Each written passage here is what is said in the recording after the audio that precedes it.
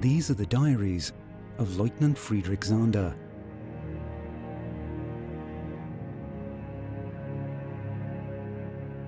He was born on the 31st of August 1916 in Graudenz, then a small merchant town in German West Prussia, on the shores of the Vistula River, and which is today located in north-central Poland.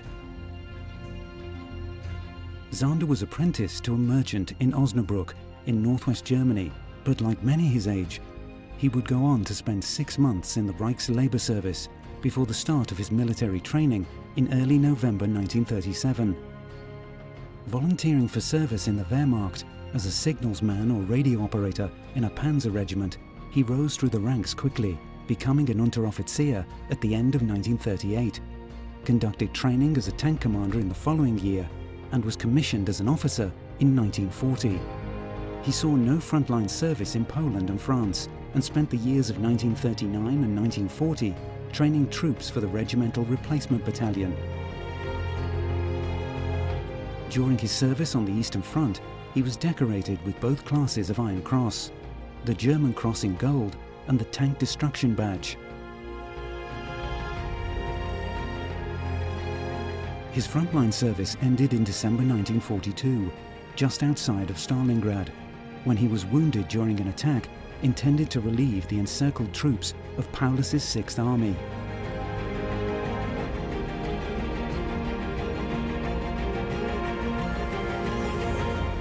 But by the summer of 1941, he was just 24 years old and a commander of a platoon of Panzer 35Ts.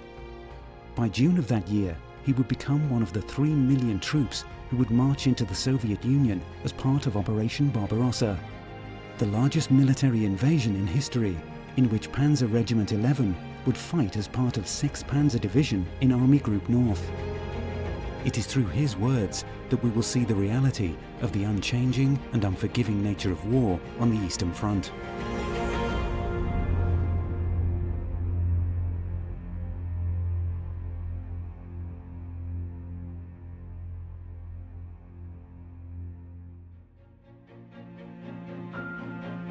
"17th of June, 1941.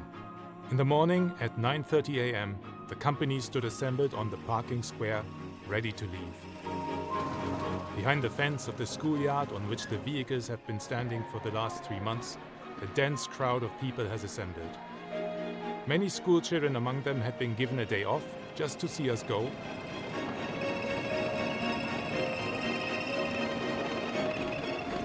The Spieß makes his report, and then the boss arrives, not too early like he usually is on exercises, and I report to Oberleutnant Bethke. The boss then briefly addresses the company, whereupon we are dismissed and mount our vehicles. And then our trusty old LT Skoda 35T are rolling again. The old buckets perform admirably.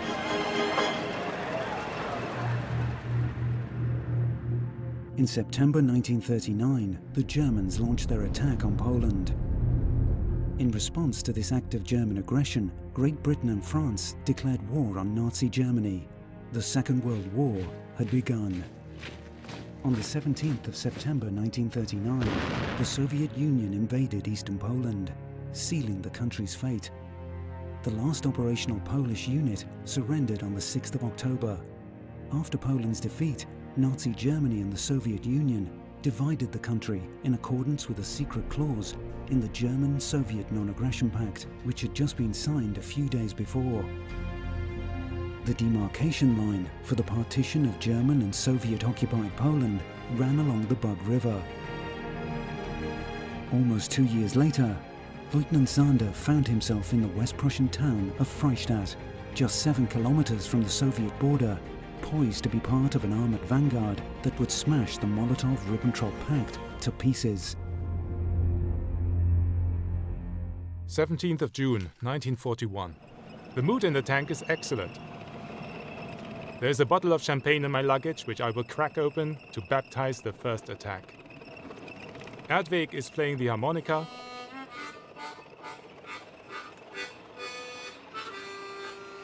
Herring is also sitting on the turret and is reading a funny book, a collection of jokes, drawings, caricatures, and humorous anecdotes.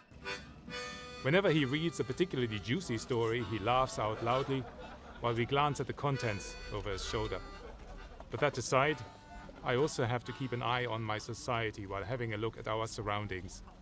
The summer landscape with all its lakes is quite nice, and the towns and villages make a tidy impression. After dusk, during a clear night, there's a technical stop. When the journey continues, they make themselves comfortable to catch some sleep. Little Erdweg rolls himself up in the fighting compartment amidst ammunition boxes, luggage bags and fuel canisters, sleeping the sleep of the just, right below the gun. Herring stretches out next to the fuel canisters on top of one of the hatches above the engine. A wonderful fan-driven warmth radiates from the other, open hatch, sending my wireless operator into a blissful sleep. For Sander and many of his fellow soldiers, the previous year would have been a quiet one. In 1939 and 1940, Poland, Denmark, Norway, the Netherlands and France had fallen. The British Expeditionary Force and the French Army had been defeated in a matter of weeks. Most of Western Europe stood under the Nazi yoke. In the shadows, however, Hitler was planning a new war. One that he had always wanted, and one that had been on the cards from the very beginning. The war against the Soviet Union.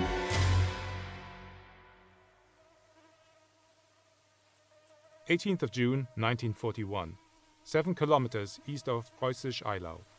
I'm sitting on a meadow in Rastraum 1 in the hope to be safe here from the huge swarms of mosquitoes. Down at the forest where the tanks are, it's just unbearable. We spent the rest of the night sleeping next to the tank after having taken great care to camouflage everything. Now we have finally stowed everything away properly, we are fueled up and conducted a last technical check.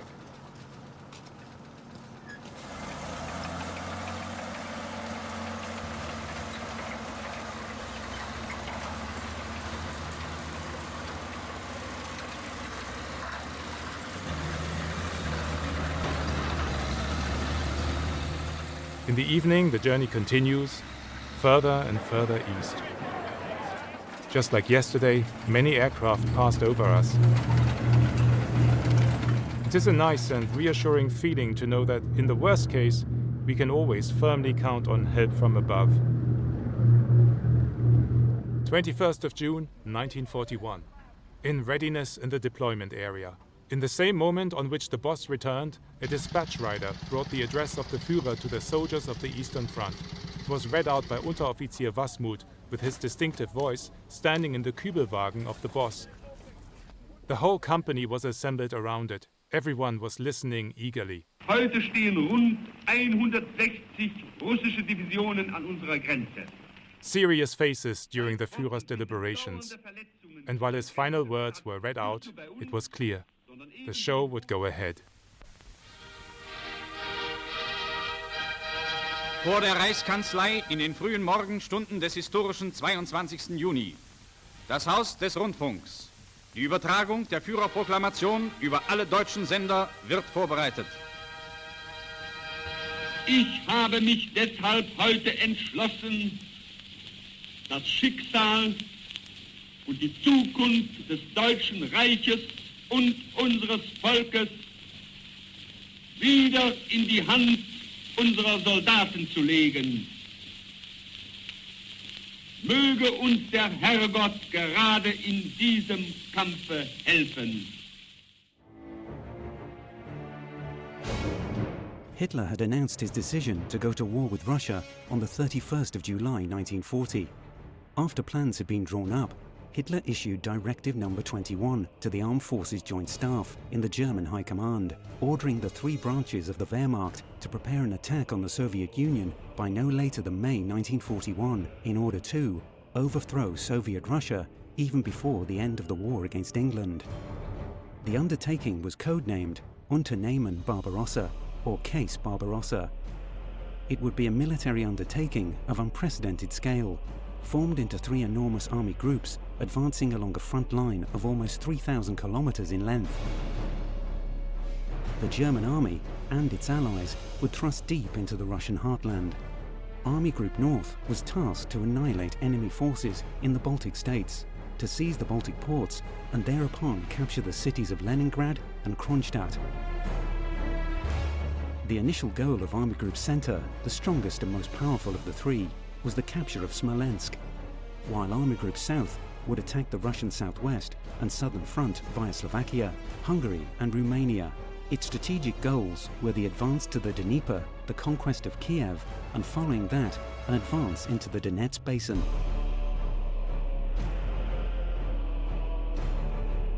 As in previous successful invasions, the key would be speed and aggression, while the tip of the spear would again be formed by the panzer divisions, which would smash through the Russian lines before beginning to chew through hundreds of kilometers of enemy territory. In command of a platoon of one of those panzer formations was Leutnant Friedrich Sander.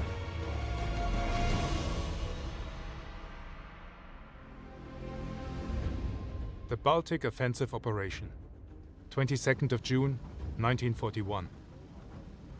Wake-up call at 2:30. It is arse cold and we have been molested by midges. But never mind, it's a Sunday and today it's showtime.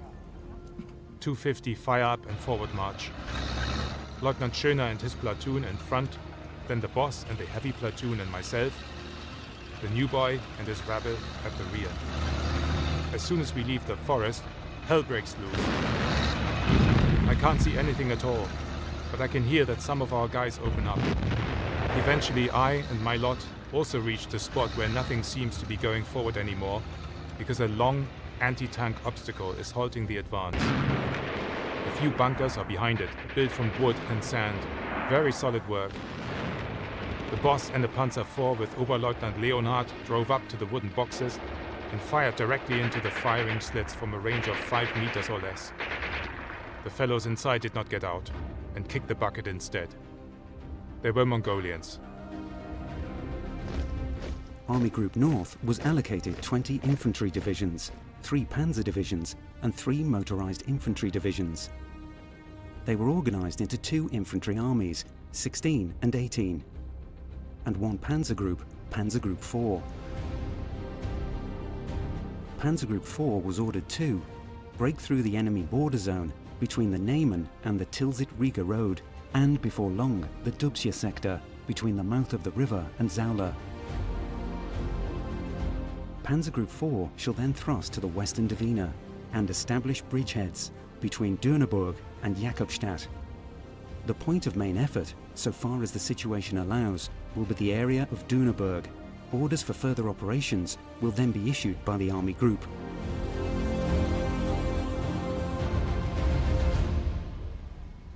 June 23rd, 1941. I sit in the turret, a pair of binoculars hanging around my neck, headphones on and microphone at my throat. Ahead of us something is burning. It must be a bigger place, Russian-y, I guess. The direction is about right. These giant pillars of smoke are the best signal to announce, we are here. Far better than any signal flare. They spring up to wherever there is enemy resistance. If one fires his gun into one of those wooden Lithuanian shacks, they immediately catch fire. Yesterday morning, we could clearly see the smoke rising up from Taurogen, and it was thick enough to block out the sun. Now, here on the road, I can see smoke rising up along the whole of the horizon.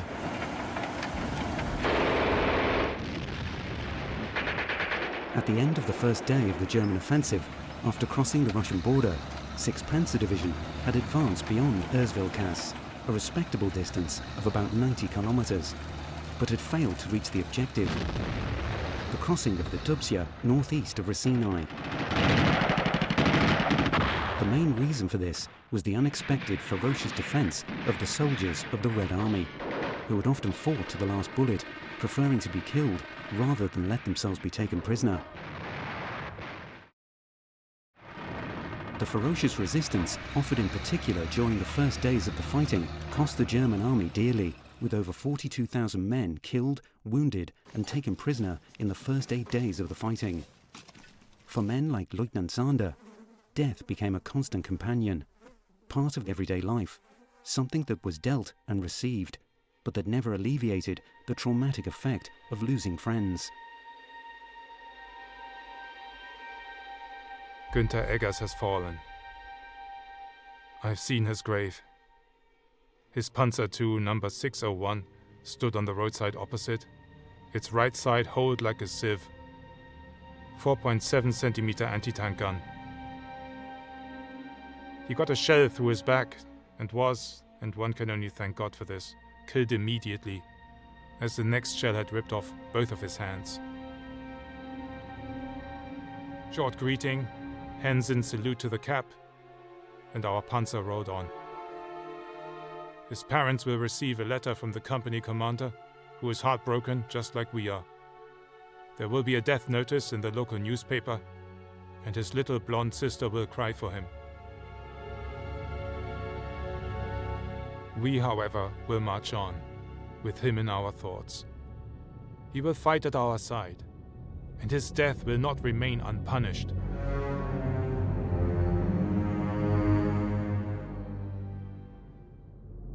For Friedrich Sander, and for many other young soldiers like him, tankers, infantrymen and aircrew, the fighting was the first of their military careers. All had heard tales of heroism of their more experienced comrades who had already seen action in Poland, Norway and France. Now it was Sander's chance to prove himself in combat. The soldiers of the Red Army, however, didn't make this undertaking easy. The German army faced a new, ferociously fighting enemy.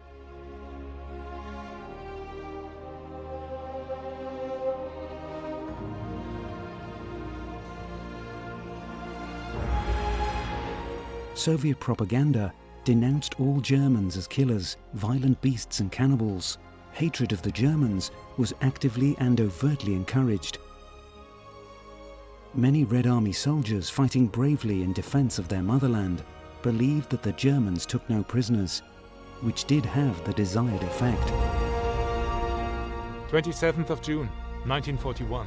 And then finally, we are deployed to counterattack. A long drive to the burning barn ahead, carrying the riflemen along with us. A few shots into the mammoth tank, which suddenly starts to burn. Then a few shots into an armored target on our hard right, not visible for our driver, and effects thus unobserved. The 7th Company is getting in our way.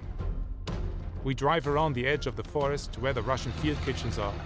The infantry is only a few meters ahead of us when suddenly on the left of our tank, a Russian stands up. The swine had pretended to be dead when our infantry came past him. That's an old classic, pretending to be dead and then firing from the rear. But that isn't a good idea when facing tankmen like us. Floor the accelerator, turn left and run over him. Problem solved. That man won't hurt anyone anymore. We were advancing, when suddenly there was a very hard, metallic, and frightening bang. In the same moment, I feel a sharp pain at the back of my head. For a moment, my vision blacks out and then turns red. I try to find out what has happened to my skull. Above me, a little bit of the edge of the turret hatch is missing. The observation mirror is smashed. The leather padding on the inside of the hatch torn.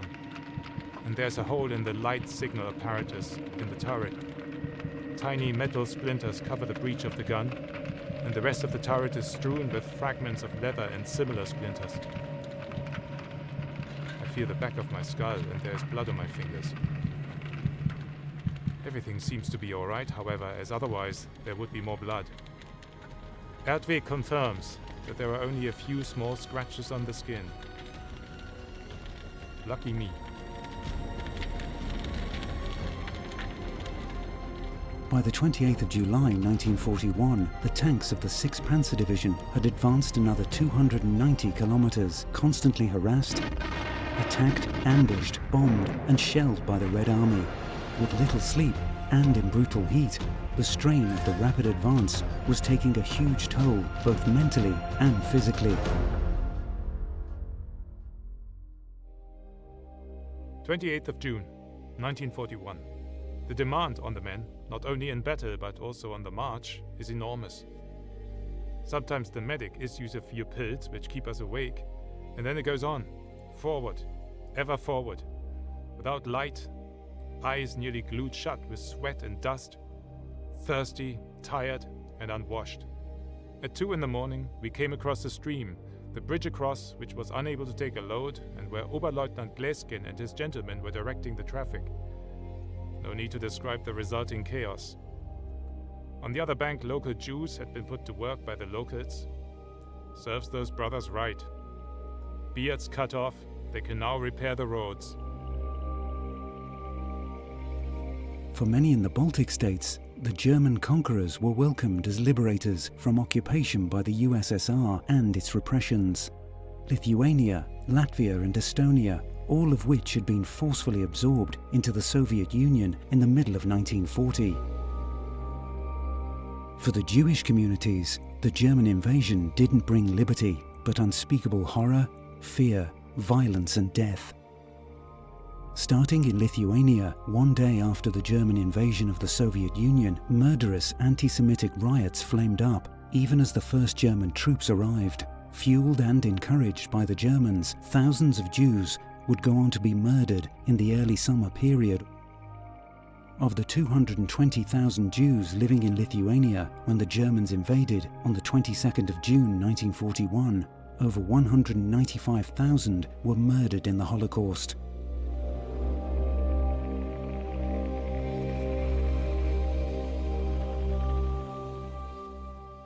When we came through the area of Yemegala, we noticed that the Lithuanians were flying their old national colors from their houses: green, yellow, red.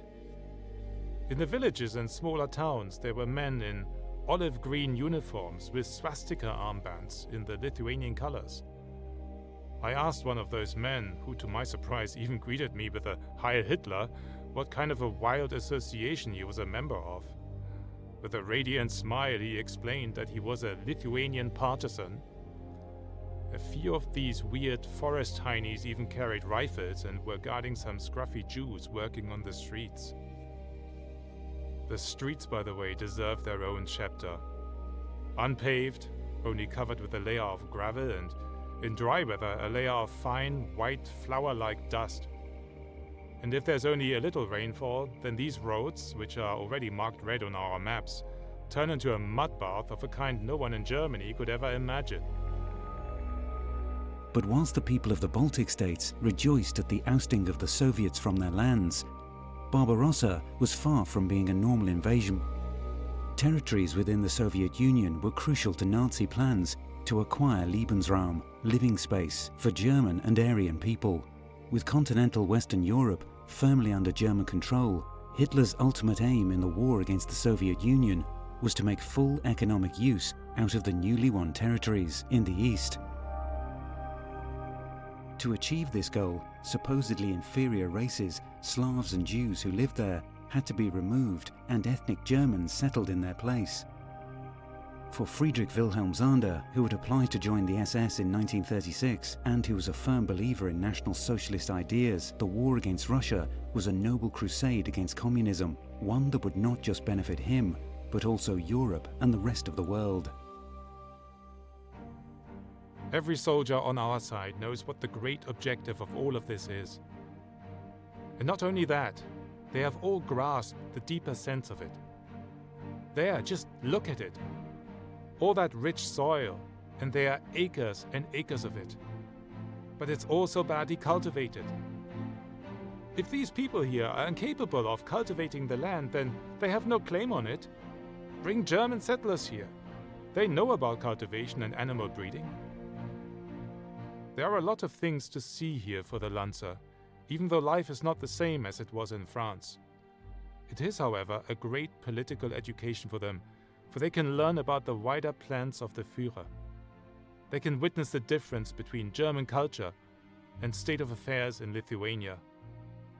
They can see the women here going to church in their dirty and grey gowns. Most walk barefoot. Some have wooden shoes, which they often carry in their hands even when they go to church. Hats seem to be unknown. At best, the womenfolk are wearing a white headscarf, but even this is usually dirty and grey. Scruffy cats, the lot of them. and many a Lancer can't help comparing them to the French women whose acquaintance we made last year. As June turned to July, German forces had made incredible progress. Elements of Army Group South had crossed the Horin River and were rapidly approaching Tarnopol, which would fall on the 2nd of July. By the 30th of June, in the sector of Army Group Center, 2nd Panzer Group under Generaloberst Heinz Guderian and the 3rd Panzer Group under Generaloberst Hermann Hoth decimated the Soviet frontier defenses, defeated several Soviet counterattacks and encircled 4 Soviet armies near Bialystok and Minsk. A total of 420,000 men would march into German captivity about a week later.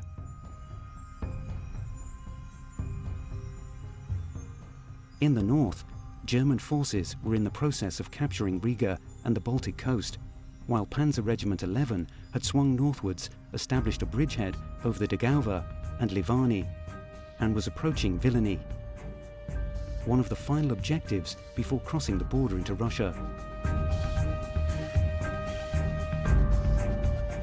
It looked like the conquest of the Soviet Union would only be a matter of time. But even in the rapid pace of the advance and amidst the fighting, there were brief moments of respite. 1st of July, 1941. In a jiff, the tents were pulled down and packed up, our outfits prepped for the night march, and vehicles made ready. Corporals and Feldwebel in the courtyard were in a boisterous mood. Amidst all the jokes and inanities, someone suddenly started to hum a tune. One man after the other joined in, and soon everyone was loudly singing the song of Maruszka, the Polish girl. Then Krautwurst, Leutnant Schöner's driver, shoved a harmonica between his lips, upon which it went on full tilt.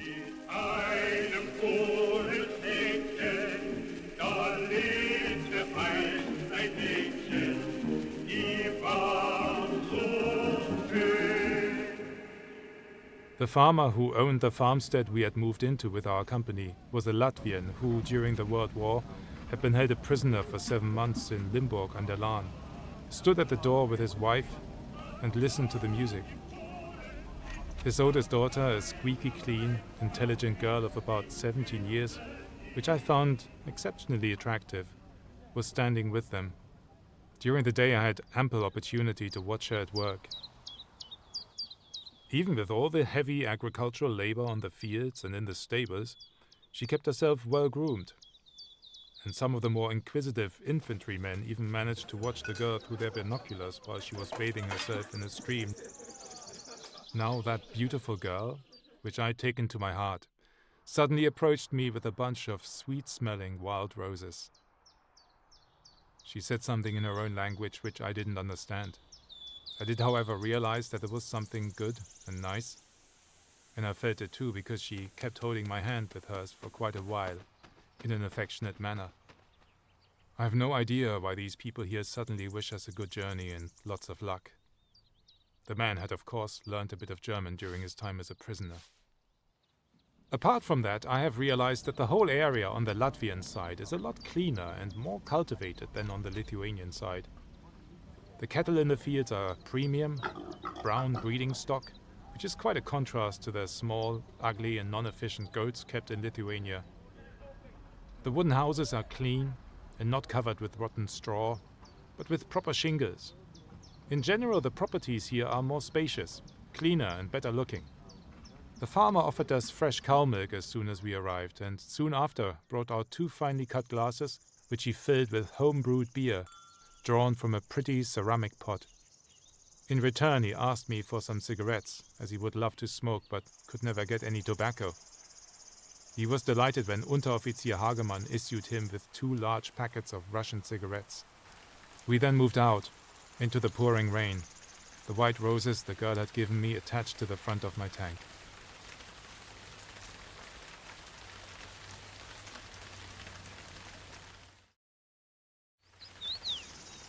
Now it is Friday, the 4th of July, 1941. A truly infernal concert. An MG-34 on my right fires first. It must be that of Oberleutnant Eggert. In the same second, I too pull the trigger and keep firing, belt after belt. There are plenty of Moss targets on the road. On my left, the Panzer IIs of light platoon of the staff company pour flanking cannon fire on the lorries more than 500 meters away. The Russians in front of my vehicle drop like they've been mown down with a scythe. A bit further back, the Russians try to get into cover in some bushes on the roadside. A few high explosive shells for them. They now try to get from the bushes across a field into a forest about 400 meters away. On a sports field, it takes about a minute to run 400 meters. Running for 1 minute through the stream of fire of the 3 MG-34s of the Panzer IIs will most likely be their end. And trying to cover the distance in a crawl is sheer madness. Not a single one of them makes it into the safety of the woods.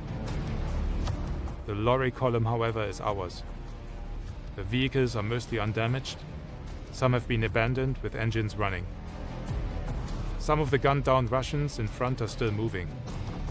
Szczepański finishes them off with a rifle. On the right, there is a basket case who can't walk. A bit further on, another one has not gone stiff yet. Damn, the dog has just pretended to be dead. I kick him in the arse and then push him back to the rear, up to the farm where slowly a large number of prisoners are gathering. While I'm taking a closer look at a Russian who shot himself, the boss and Leonard have discovered a still breathing Russian in a waterhole ahead. We are trying to pull the poor bugger out. The boss is bending down, and at the same moment the wretch pulls a gun, a revolver, out of the water and fires on the boss, staring at us with a hateful face contorted into a satanic mask. Oberleutnant Bethke throws himself to the ground, and the shot misses him. I pull out my pistol and send a bullet through the Russian's skull. While at the same time he's slumping down under a burst of bullets from Unteroffizier Butler's machine pistol. I am livid with anger. Such pigs. We are trying to help the wounded, and they fire upon us. This is the price one pays for our damned humanity, because of which we are treating this scum in a way too soft manner. I take my pistol and fire a round through the head of another wounded guy. With a stertorous breath, the swine collapses. I am such an idiot, having preached to my men again and again that we are the nation of culture and that we have to act gently. But here we get our comeuppance for being soft.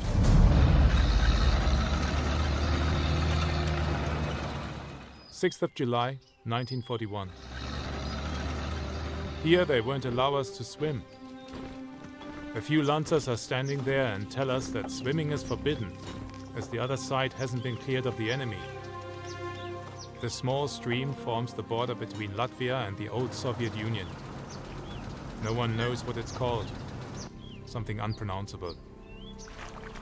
Ultimately, we did take a bath in the stream between Latvia and the Union. Just like our soldiers bathed in the English Channel, and were proud of it.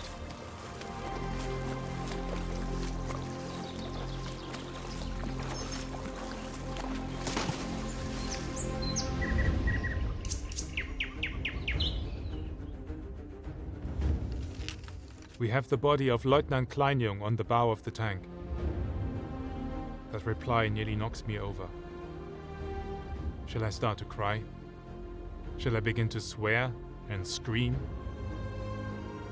I feel sick and walk over to the tank. And there lies Kleinjung, right under the machine gun. He was shot in the head after having left his vehicle, the poor fellow. There's still some life in his gurgling lung. I will make the Russians pay for that. I call for a medic and a Sanka. Our medic Meyer places Kleinjung on a blanket and bandages his head, from which a thick mass, the brain, is oozing. There will be payback time soon.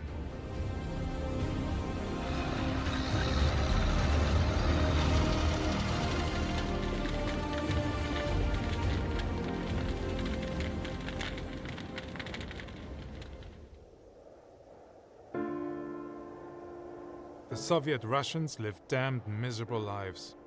Today I went inside a house of one of these collective farmers. There is no way to get rid of the stink one finds in these one-roomed shacks, not even with hours of ventilation.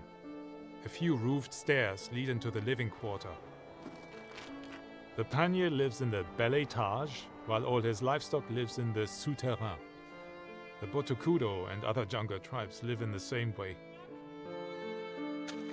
The conditions in the one and true fatherland of farmers and workers are even more dirty and degenerate than those in Lithuania. The kettle serve as auxiliary heating in case the enormous oven doesn't suffice.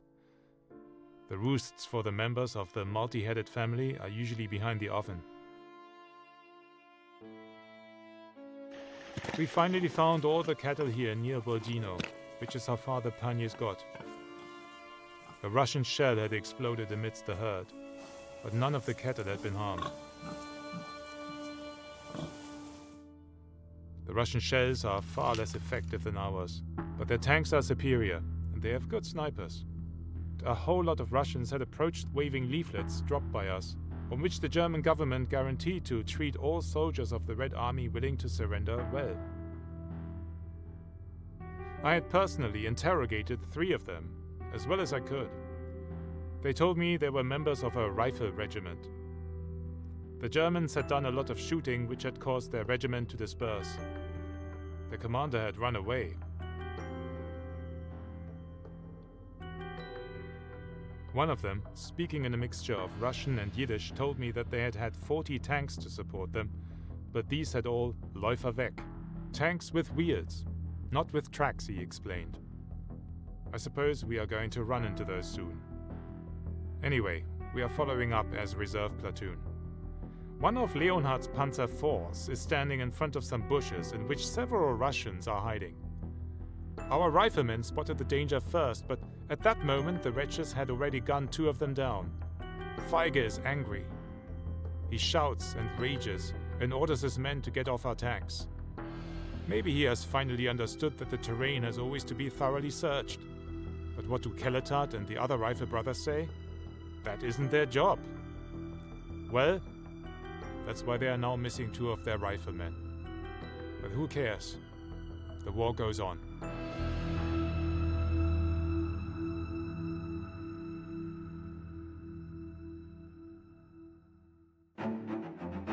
In mid-July 1941, the German advance was making good progress along the entire front. Vitebsk had fallen, and Smolensk was finally within reach of the panzer groups of Army Group Center. In the south, German troops slowly advanced towards the Dnieper. In the north, the second city of the Soviet Union, Leningrad, was seemingly within reach of the exhausted tank crews of Panzer Regiment 11, which had a fighting advance of over 1,000 kilometers behind them, during which they not only fought the troops of the Red Army, but also nature itself. 15th of July, 1941. Initially the plan had been that we, together with the infantry, would form a vanguard in the advance on Leningrad. It's at most 150 kilometers until we reach our objective. I have no idea why they let us sleep until 6 in the morning. But then, sleep was desperately needed. There was a thunderstorm in the night and it poured down with rain. I do feel sorry for those who didn't set up a tent. We've been surprised by such rain once, and since then we set up a tent whenever it's possible. Tutash and Chepansky scare out the mosquitoes by smoking some papyrossis or a cigar. After the rainfall, however, the masses of mosquitoes swarmed about. The beasts know how to find even the smallest patch of uncovered skin. They land, and then one can hear the distinctive smack of a hand, often followed by some juicy curse. Now, however, we have reached an area where not only the mosquitoes bite, there are plague flies, gadflies from the corpses, and fat horseflies, and all those are determined to stab you. It's not uncommon to see men with swollen hands, cheeks and eyes. The beasts are everywhere. Hopefully there are none in Leningrad. Yes, Leningrad. Every soldier is looking forward to this metropolis of Russian Europe, and inwardly, I do feel the same. I'm looking forward to the end of this period of fighting here in the East. What's going to happen after that, nobody knows. But we'll have reached an important target, and that makes me happy when I speak of Leningrad. The average Lancer, though, is looking forward to more mundane things. Every Lancer in my platoon has been talking to me by now. There will surely be schnapps factories in Leningrad, Herr Leutnant. Are there fur shops in Leningrad? Will there be mosquitoes in Leningrad too? We'll finally get different food to pea soup and blood sausage. The women here are all so dirty. Will they be washed in the big city? Yes, Leningrad, the objective of dreams of all comrades. We are about 150 kilometers away from it, and progress on the terribly bad advance roads is slow. War in the Soviet Union was not just about Lebensraum. It was about German racial purity and a political crusade against Bolshevism. In the words of Hitler, a Weltanschauungskrieg, a war of ideologies, of peoples, and a war of races, with an aim to annihilate those who were seen as being ethnically inferior and also politically dangerous. Soviet troops captured by the German army suffered from hunger, cold, forced labor, and abuse. Gestapo and SD personnel searched their ranks for Jews, state officials, and other intolerable or dangerous individuals, like those political commissars who had somehow managed to survive the effects of the infamous Commissar Order issued by the German army in June 1941, which ordered their immediate execution as purported enforcers of Judeo-Bolshevist ideology. These were then taken to the extermination camps, where they were usually killed immediately.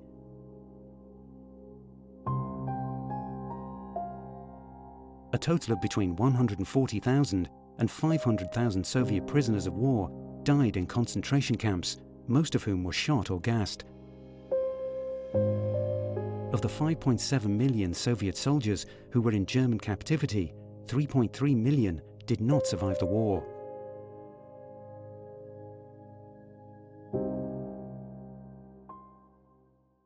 "19th of July, 1941. The scene at the crossroads is terrible. Dead Russians wherever one looks. The whole area is littered with them. Dead horses between them and shot-up vehicles at the side of the road. Never before have I seen so many dead, shredded corpses.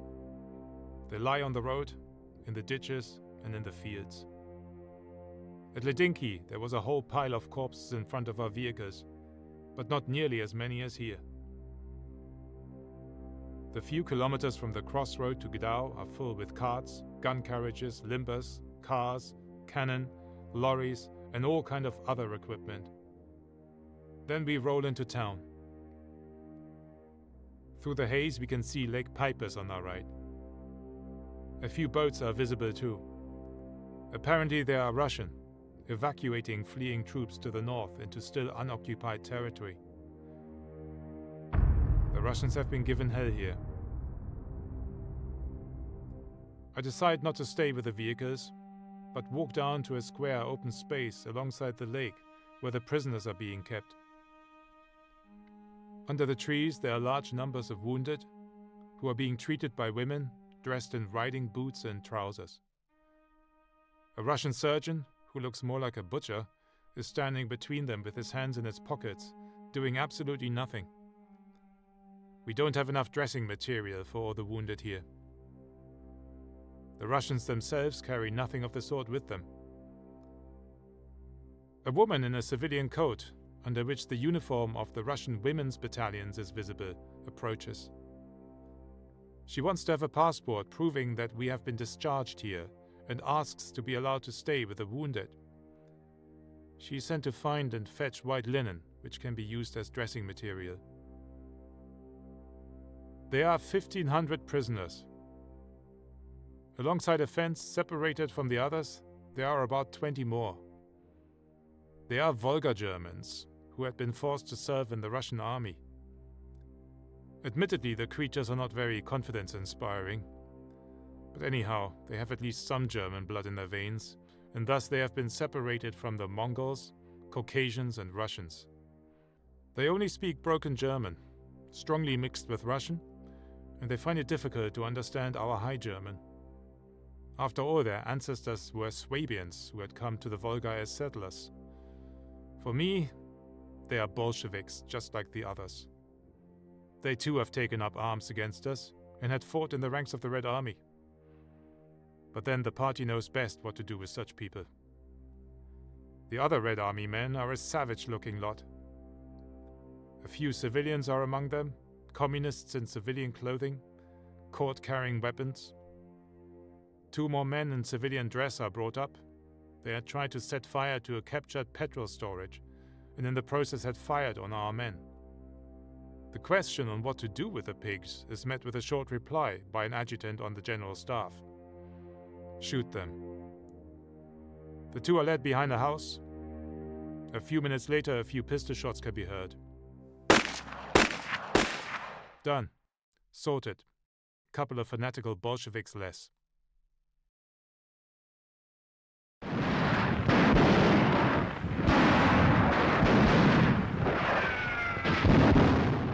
July 23rd, 1941. A lot has happened today. Several Russian bombers came over and had scored a few direct hits on the artillery column of the 1st Infantry Division.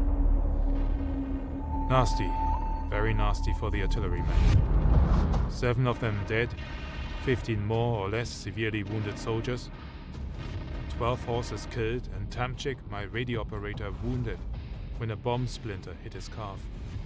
That's the result of an attack by 5 Russian SB-2 bombers, and of some clowns shouting, "They are Germans! They are Germans!"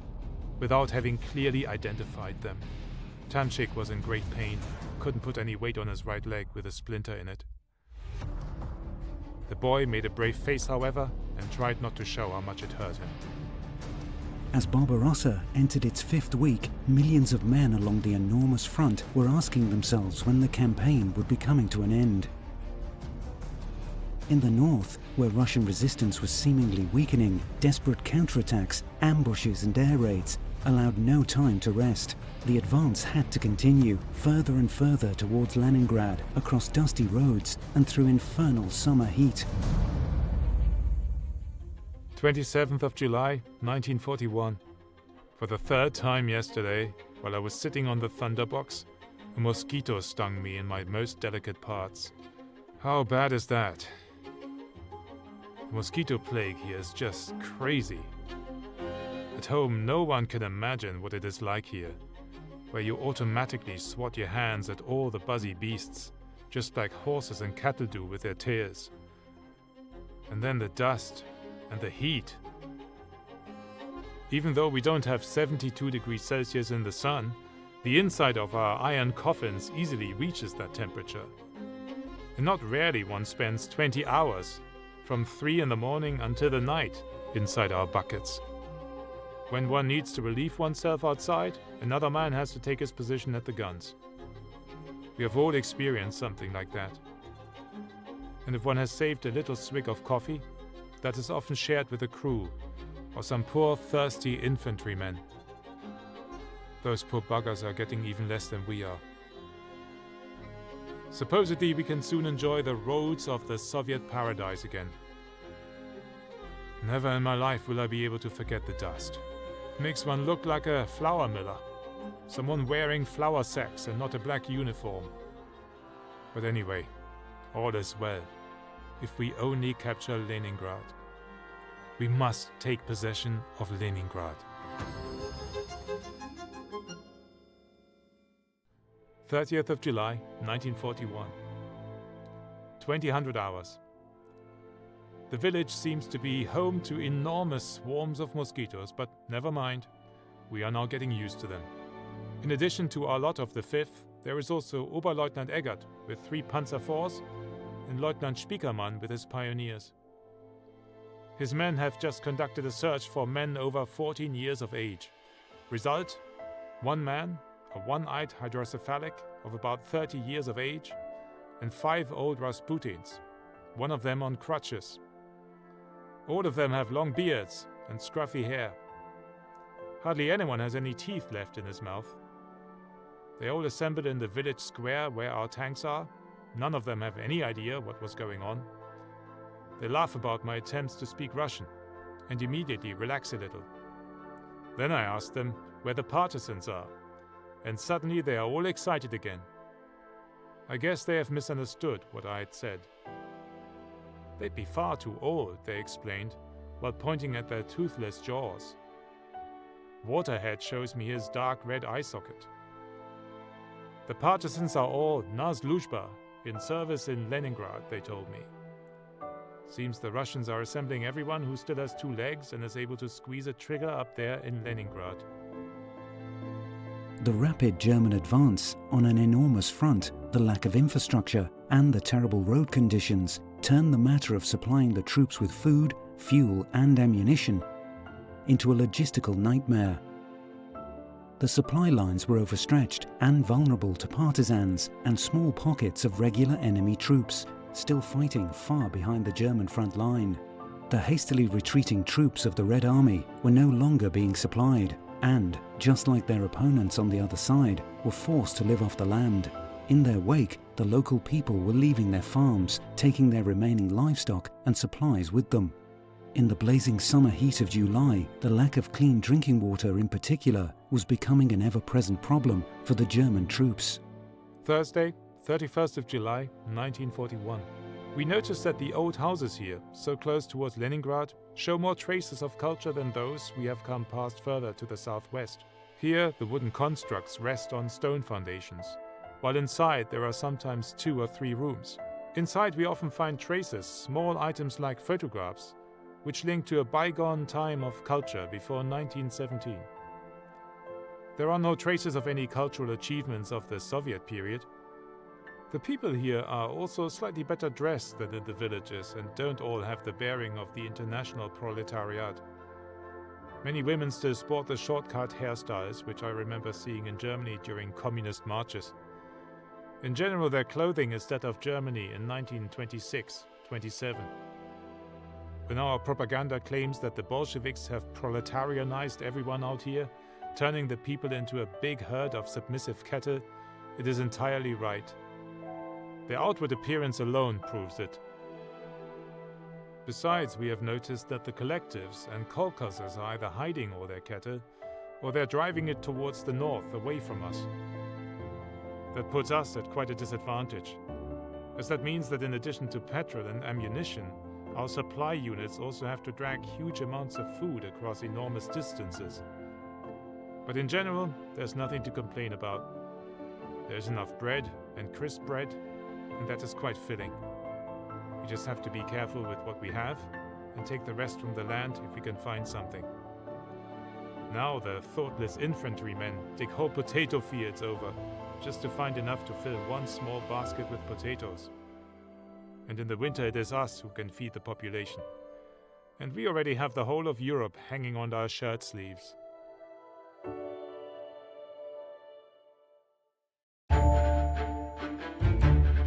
After weeks of relentless campaigning in infernal heat, on difficult terrain and abysmal roads, the strain was also beginning to affect the machines. Engines, gearboxes, brakes, suspensions, tracks, and other mechanical parts began to break down in increasing numbers. March distances far exceeded the regular inspection intervals required to keep the division's tanks on the road, in particular the Czech-made Panzer 35T, replacement parts for which were increasingly difficult to find.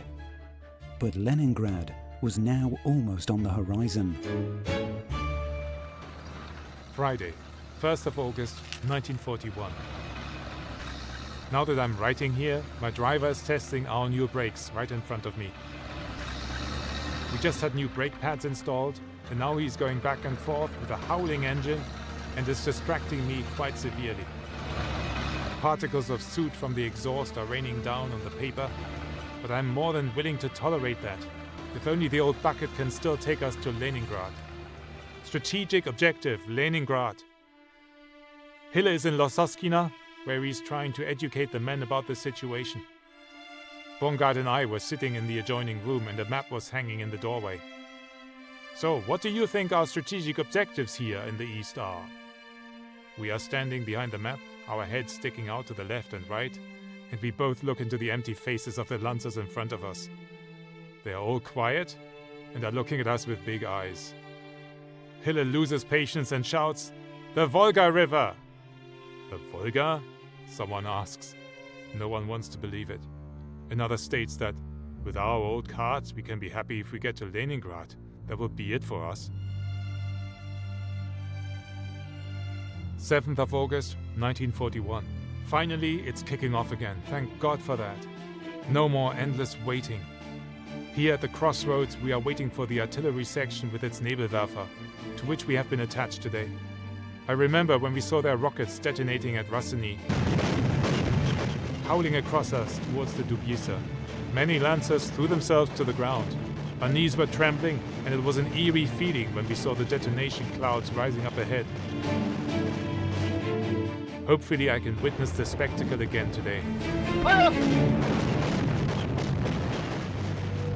While in the south, Field Marshal von Rundstedt's troops were clearing the Dnieper salient.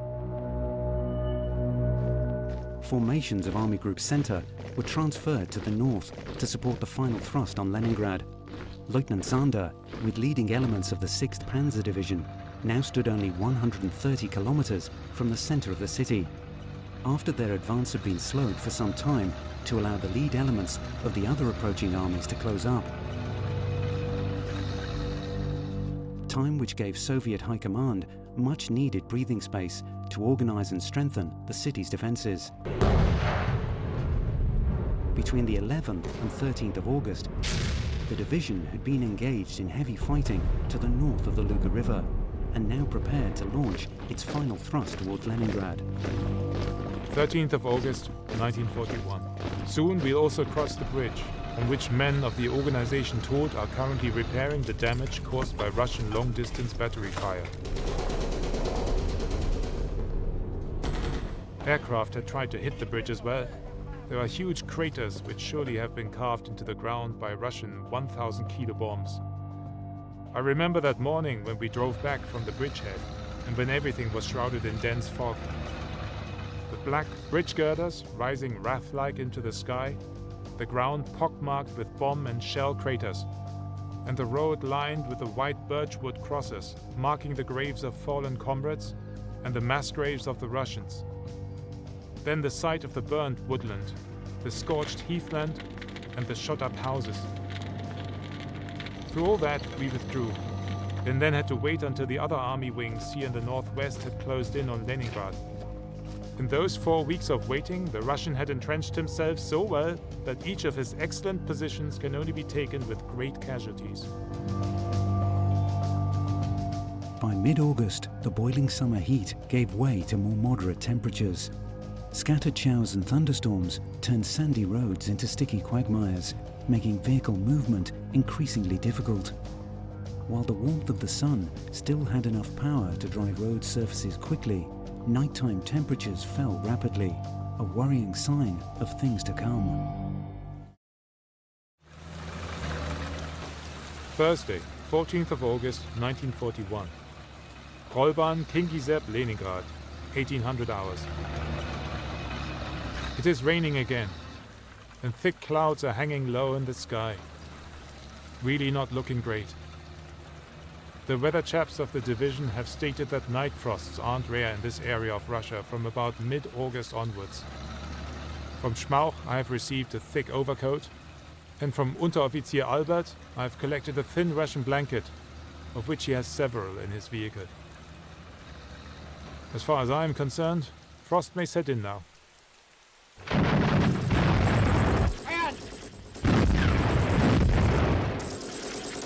Sunday, 17th of August, 1941.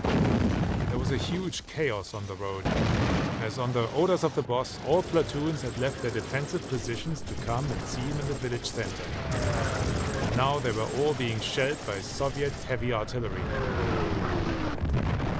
2 of the riflemen had been standing right on the spot on which a Russian heavy shell exploded. Not a single scrap of them could be found anymore. A third one had both his legs blown off. The infantry climbed on our tanks, and we slowly rolled towards our objective. We had advanced about 1 kilometer through the rye and oat fields, when the enemy defensive fire became so heavy that the infantry had to dismount. They then advanced behind our tanks, using them as cover against the hail of projectiles poured at us from the Russian defensive positions. Soon a wild, close combat ensued. I had to hand a few of our hand grenades to the infantry. We were always 20 meters or so in front of the infantry or directly with them. To keep the closest Russians away from us, I often had to make use of my pistol, shooting down several fellows in foxholes close to my tank. Alongside a road leading into the direction of our attack, there was a group of 20 or so Russians who surrendered when we pulled up. The infantry took them prisoner. Everyone is delighted, our progress is excellent. Then suddenly, another group of 10 Russians slowly rose from the tall grass. The Reds got on their knees and raised their hands.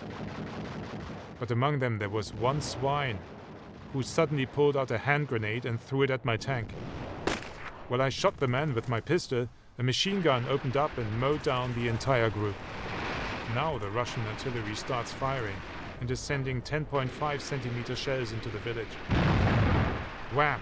One of them slams right into the engine of Vollmer's tank. And in this case, it was really a classic piece of soldier's luck that he's still alive. The shell was a dud, or better, some kind of exercise shell filled with a concrete-like substance.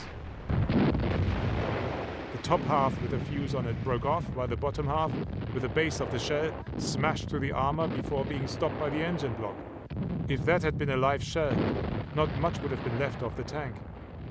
And just as the weather was changing, so did the nature of the combat operations, when swift armoured thrusts and manoeuvring were replaced by brutal, close-in forest fighting and bitter struggles for every single village and hill. Nerves lay bare, and mistakes were made. Monday, 18th of August. Contact with the enemy. The riflemen dismount and advance on foot. Enemy tanks in front. 3 of them, big buckets, are reported to be standing next to a barn. One of the Panzer Force opens fire. Wünsche is sending one radio message after the other. All the Panzer Force now roll to the edge of the forest and start firing shot after shot in the direction of the barn and on one of the big Russian tanks. Another one, according to Feldwebel Wünsche, has withdrawn. A few Russians have escaped, running across the field to the right.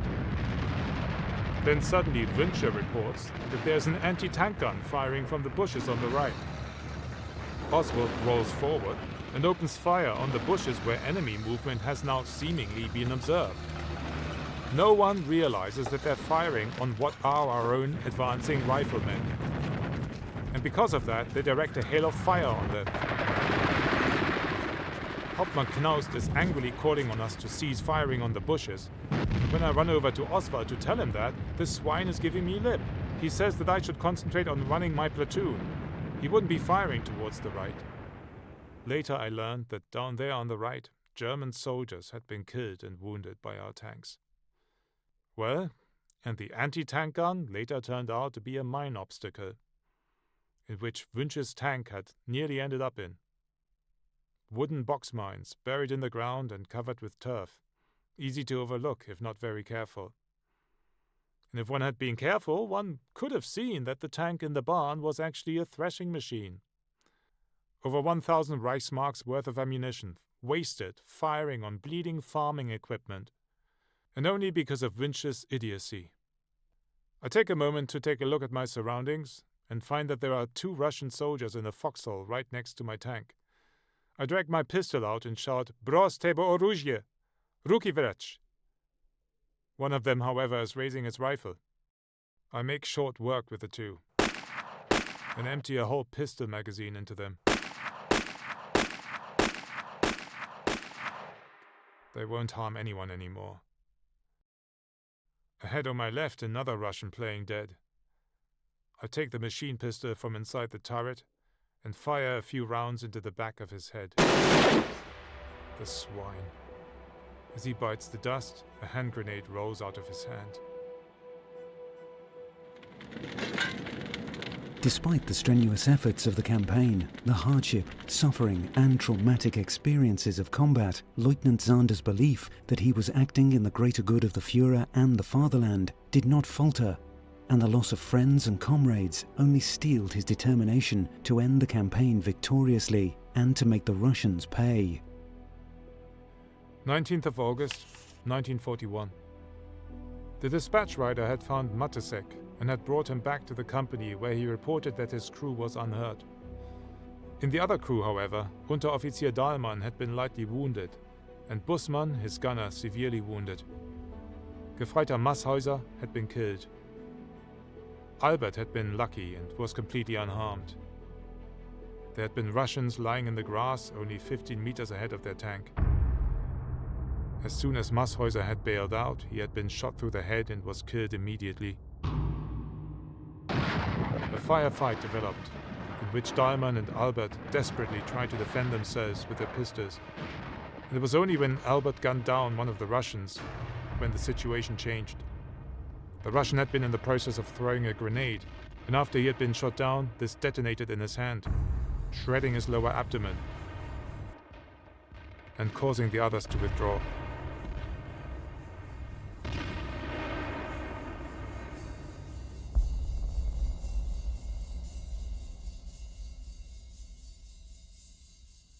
More mail arrived on Tuesday. We were staying in an old barn, which we had furnished to a quite comfortable standard. Later that day, after having drawn rations from the field kitchens, Auris and I walked down to where the 2 destroyed tanks were standing to find and bury Masshäuser. A recovery vehicle had arrived from the field workshop, and Koppmann and Korn had already wrapped Masshäuser's body into a tent square, removed some private items from his pocket, and had broken his dog tag. We carried Masshäuser back to the road and then dug him a grave under a tree, next to a bunker. One of the tank mechanics had found a few flowers in one of the shot-up houses at Klopici. Each of us threw 3 shovels of earth onto the grave. We then placed his black cap on top of the birchwood cross, and thus added to the many of such monuments which adorn the graves of a bold and brave panzer gunner. It compels us further, relentless commitment. His death will not remain unpunished. In one of the bushes there was the dead body of a Russian captain, that of a first lieutenant, and that of a commissar. In total, more than 20 corpses lay around the destroyed tank. A wounded Russian was also lying there, still with his rifle in his hand. He didn't react when I ordered him to raise his arms. I shot him myself. I did the same to another who was lying in a foxhole closer to the tank and pretended to be dead when I told him to stand up. Are they acting in that manner because they are afraid of us, or out of deceit? If it's the first reason, then the commissars are to blame for the death of those men. If it's the latter, well, they deserve it. 25th of August, 1941. Yesterday evening it was reported that Luga had fallen.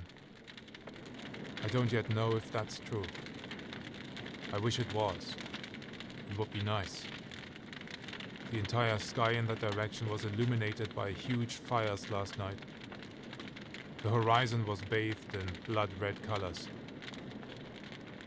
Only good that the war isn't waged on German soil like it was in the 30 Years' War. Last night was very cold again. Makes me wonder how the weather will develop in the future. Hopefully there will be less rain than we had during the last days. The daytime heat is much better to bear than the freezing cold of the nights. One can't find any sleep, just turning and tossing in an attempt to keep warm. Today is the 25th, and I personally doubt that Leningrad will already be fully encircled in 6 days. Maybe that's what they'll be employing us for. Maybe it is us who are supposed to close the lock. But I need to stop thinking about ifs and whens. There is no sense in that. Earlier, we drove through a village, Natsashevka, which was inhabited by a strikingly northern type of people. Most certainly Finns or Germans. Women and children with long, beautiful faces, light blue eyes, and white blonde hair. Clearly not of Russian or Slavic descent. We were astounded to see gardens, even beautifully kept gardens, with nicely painted fences. I wonder how these people managed to persist out here. Their fields were the best we had seen in the whole region. 27th of August, 1941. Yesterday, I couldn't write anymore. Hille, Pfarrer, Lope, me and the other platoon leaders had been called to a briefing with Oberst Sollenkopf to discuss the further deployment of our company. We are defending a line facing beaten Russian troops flooding back from Luga. Our positions are widely dispersed. In the gaps between, Spickermann, the leader of Zollenkopf's pioneer platoon, has installed a number of niceties: mines, booby traps, spring guns. Yesterday evening, after a strong artillery preparation, about 600 Russians attacked from the direction of Krasnogvardeysk. As usual, they were repelled and suffered heavy casualties. In general, the casualties of the Reds are absolutely enormous. And when one speaks to the workers here, well, they think in the same way as our workers do. In a lost war, the working population suffers most.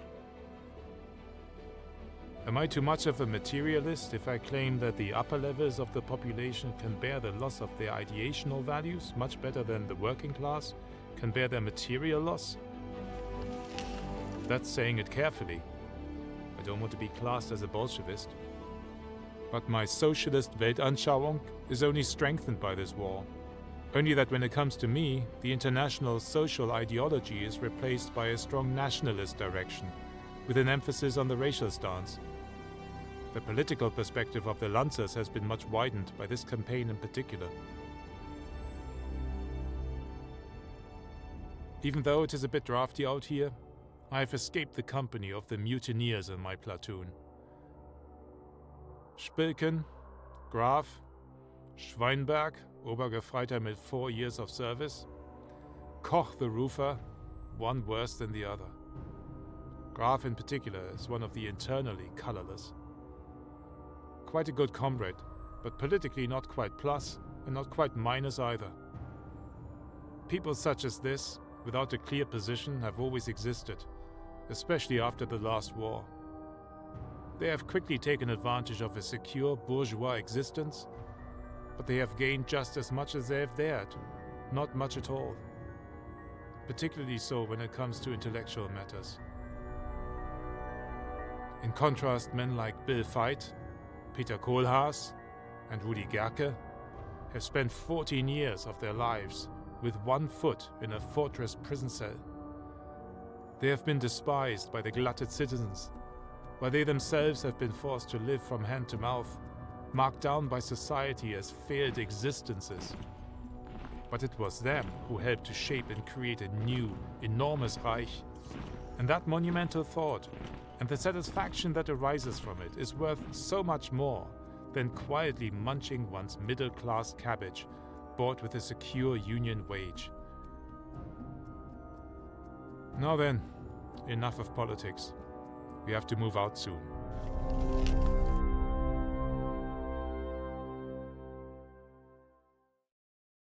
For many German troops, volunteer and conscript alike, and regardless of personal thoughts and motivations, the campaign in Russia had not only taken them further away from home than they had ever been before, it also confronted them directly and often very personally with the people they had come to conquer. To survive, they had to interact peacefully with the Russian people. German soldiers were often billeted in Russian houses, shared a Russian family's table. They had to buy their food and talk to them. Many German soldiers did so with great interest, wrote about these new cultural experiences, and documented them in a wealth of photographs. Friday, 29th of August 1941, Kuriza. At 1300 hours, we inspected the positions of the rifle company, and then, accompanied by Lope and his tanks, drove to the glass factory, the name of which I have forgotten. It is located alongside a lake and was once built by Germans. A lieutenant of the Geheime Feldpolizei who had been born in that village was just then visiting the house he had been born in. The section there is held by Oberleutnant Stöcker, who was still asleep when we arrived because it had taken him and his vehicles the whole night to get there. One of his vehicles had driven into a roadside ditch and had become stuck there. He didn't see the necessity to get up when we appeared and greeted us like some old dame, lying on the bed. He has always been a little braggart. We left Lopez Lot in another small village and then drove to another place where Pfarrer and Hille wanted to organize some meat. But there was no livestock and not even a single egg to be had, as the population of the village with the glass factory, who were all factory workers and did not own any ground or livestock, had to be supplied by the surrounding villages. The situation in the area was similar to famine. Hundreds of people were queuing for hours in front of vehicles from which bread was being distributed. In stark contrast to our situation at home, no one in Russia had wasted even a thought about securing the provision of the non-combatant population. We talked to a worker who spoke fluent German. He said that of the original German workforce, only an old man in his 70s remained. Until recently, he had still been the best paid worker.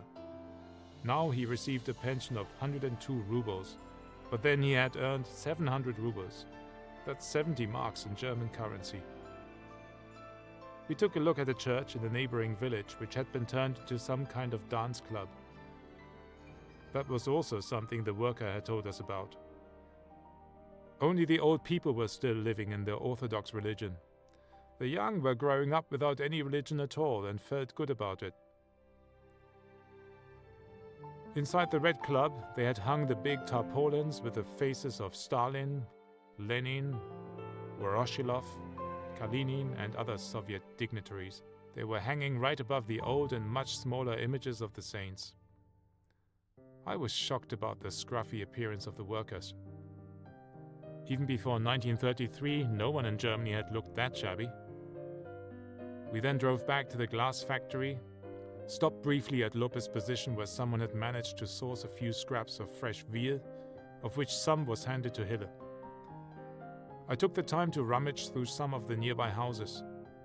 Communal kitchen, sports hall, a food and housekeeping shop all grouped together there. All very practical and, in my opinion, the right thing to do from a socialist perspective. Maybe it's because of the army that I am such a friend of communal cooking. Just the right thing for the employed, communal kitchen and cooperative society. But there is no space for individualism, just one of many arguments against all this. On our way back, we were overtaken by Zollenkopp's adjutant, who told us that there was something brewing in Sivyosk. We drove back as fast as we could, but not without bartering half a dozen eggs from a Finnish woman in return for half an army bread.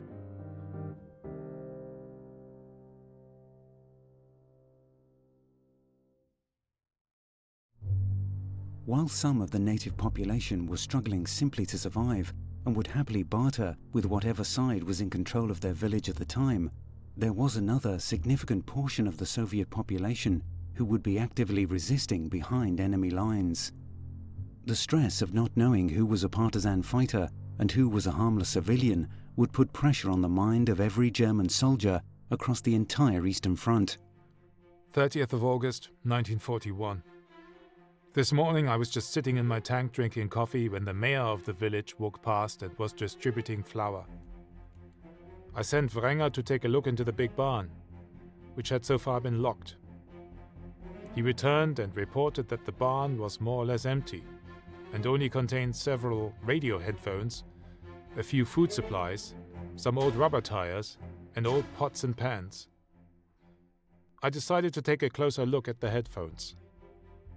The mayor explained to me that these had been left behind by members of the Red Club, but by then I had already switched my interest to the other barn and ordered it to be unlocked. Lo and behold, a box of English machine gun ammunition and about 100 bottles, Molotov cocktails, which the bastards had made themselves. The bottles contained an added layer of very fine tobacco of the kind which was used for pest control on the cabbage fields to aid the burning time. Rubber straps fashioned from old tires held the long phosphorus igniter. I was burning with rage and ordered the man to be brought to Comrade Helletat. He, being the village commander, would have to decide upon punishment after interrogation. What a bloody mess. If one isn't facing soldiers, then one has to cope with partisans. Only this morning, in the neighboring village of Novosibirskaya, 2 women notified the Russians about one of our reconnaissance patrols. One of them has already been strung up on the sports field. The village itself has been turned to ashes, and the populace has been rounded up on the village square. The most unbelievable things happened there. Entire Russian recon squads have spent the night there. The women have smuggled arms for the partisans, and we are giving them bread in return, even though we have hardly enough to feed ourselves, and distribute the dispensable grain of the kolkhozes among their workers. Only the good-natured German encounters problems such as this. Someone should shoot the whole lot of them. On the 6th of September, a decision of far-reaching importance for the further course of the campaign was made. Hitler suddenly put aside his interest in Leningrad and declared the north a secondary theatre of war. By doing so, he had yielded to the urging of the General Staff and ordered the preparation of an attack against Moscow, shifting all expendable forces from Army Group North to Army Group Center by the 15th of September.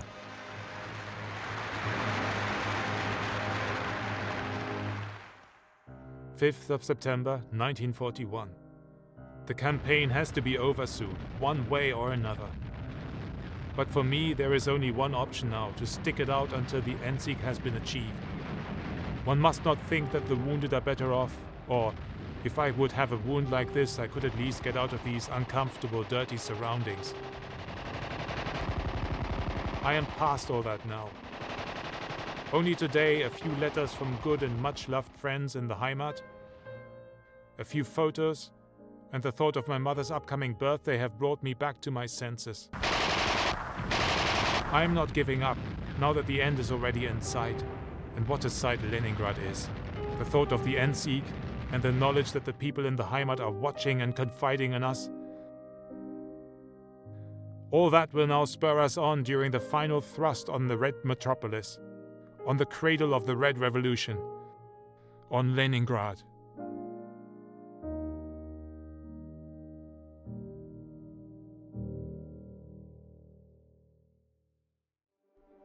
September 10th, 1941. Looking on the map, we have just noticed that our whole flank is still open. Down at Kopikovo, the Russians are still clinging stubbornly to their anti-tank defenses. That's the objective of the SS Polizei Division, and from there the enemy has a field of fire towards Salesi.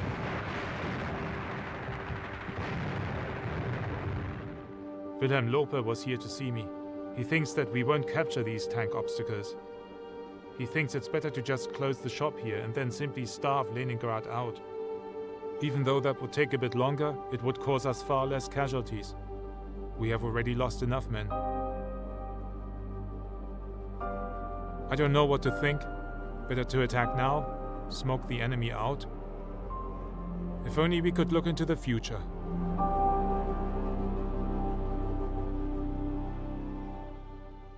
German High Command was less willing than ever to accept high material loss and human resources involved in the destruction of Leningrad.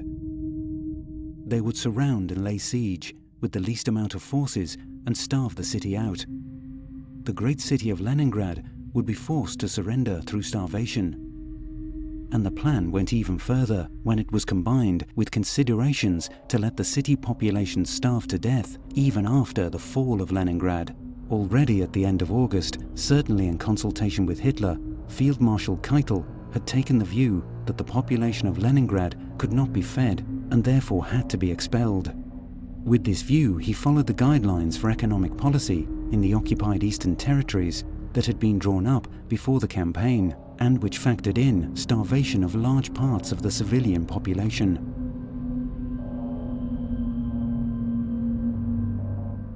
As yet, these terrifying plans were unknown to unit commanders on the ground.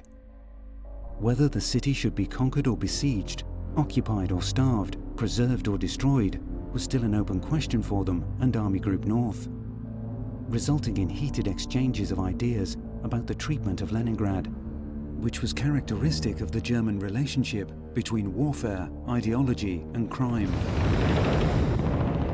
On the 20th of September, however, it was realized that 10 exhausted infantry divisions were no longer sufficient to conquer Leningrad. It was stipulated that Petersburg should not be attacked and not occupied, surround it and then destroy it with artillery fire and air raids. All preparations for the occupation and taking advantage of the city can be discontinued. Leutnant Sander would see no part in this, and unknown to him at the time, he would never see the streets of Leningrad himself. Leutnant Sander was going south.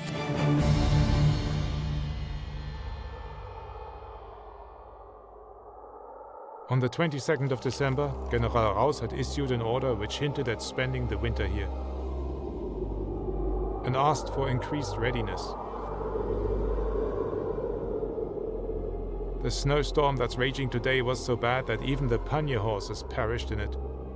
We humans could hardly survive out there. It is simply horrible. Faces frozen, hands, feet as well. In that way we are supposed to work and clear the roads, which snow covers again as soon as one is finished.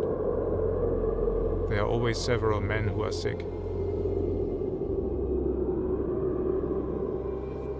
27th of December, 1941. During the night I had to think that we are supposed to stay here through the entire winter. Surely we'll get replacements and new vehicles, and when new operations are possible again in the coming spring, we'll launch attacks which will destroy the Siberian army of the East. I will be there until an anti-tank gun, an aerial bomb, a shell, or a mine will put a full stop behind the last sentence of my life story.